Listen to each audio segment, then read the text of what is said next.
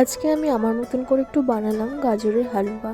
তো সবার ফার্স্টে আমি দুধটাকে একটু জাল দিয়ে ঘন বানিয়ে নিলাম। তারপরে আমি একটু ঘি দিয়ে তেজপাতা আর এলাচ দিয়ে দিলাম। আর কাজু বাদামের পরিমাণটা একটু বেশিই থাকবে, তো কাজু বাদাম সবার ফার্স্টে কিছুটা গুঁড়ো করে নিলাম। তারপর ঘিয়ের মধ্যে কিন্তু আস্তে আস্তে আমি গাজরগুলো দিয়ে দিলাম। তা আমি করে রেখেছিলাম কাজু বাদামের যেই পেস্টটা, তো তার মধ্যে আমি দুধ দিয়ে ভালো করে মিক্সড করে নেব। আর তার মধ্যে একটা গুঁড়ো দুধের প্যাকেটও অ্যাড করবে একটু আলাদা ফ্লেভার আনার জন্য।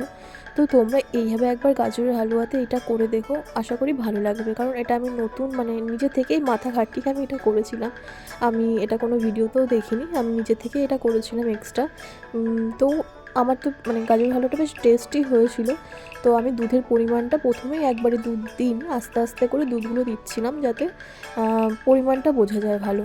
তো আমি এভাবে দিয়ে দিয়েছিলাম, আর দিয়ে দিয়েছিলাম কিছু ওই এলাচি পাউডার। আর এখানে ওই পেস্টটা আমি দিয়ে দিলাম। যখন দেখলাম একটু ঢেকে রেখেছিলাম, তোমরা 5 থেকে 10 মিনিট মতন ঢেকে রাখবে, গাজরটা তো সেদ্ধ হতে হবে। তারপরে পেস্টটা দিয়ে ভালো করে নাড়িয়ে দেবো। নাড়িয়ে নেওয়ার পর যখন তোমরা আমার না একটু ঝোল ঝোল খেতেই বেশি ভালো লাগে সব কিছুতে, বাট এটা যেহেতু হালুয়া বানাচ্ছিলাম তাই একটুখানি ঝোলটা একটু করেছিলাম। তো দেখলি কীভাবে দিচ্ছি, আর কিছু কাজু বাদামও আমি দিয়ে দিয়েছিলাম, আর নামানোর আগে একটু ঘি দিয়ে দিয়েছিলাম।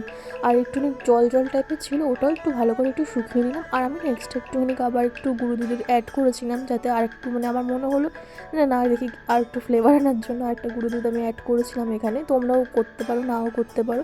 তো আমার হালুয়া কিন্তু এখানে রেডি, আর খেতে কিন্তু দারুণ টেস্ট হয়েছিল। তোমরাও বানিয়ে যাবে, খেতে পারো। তো কেমন হলো অবশ্যই জানিও।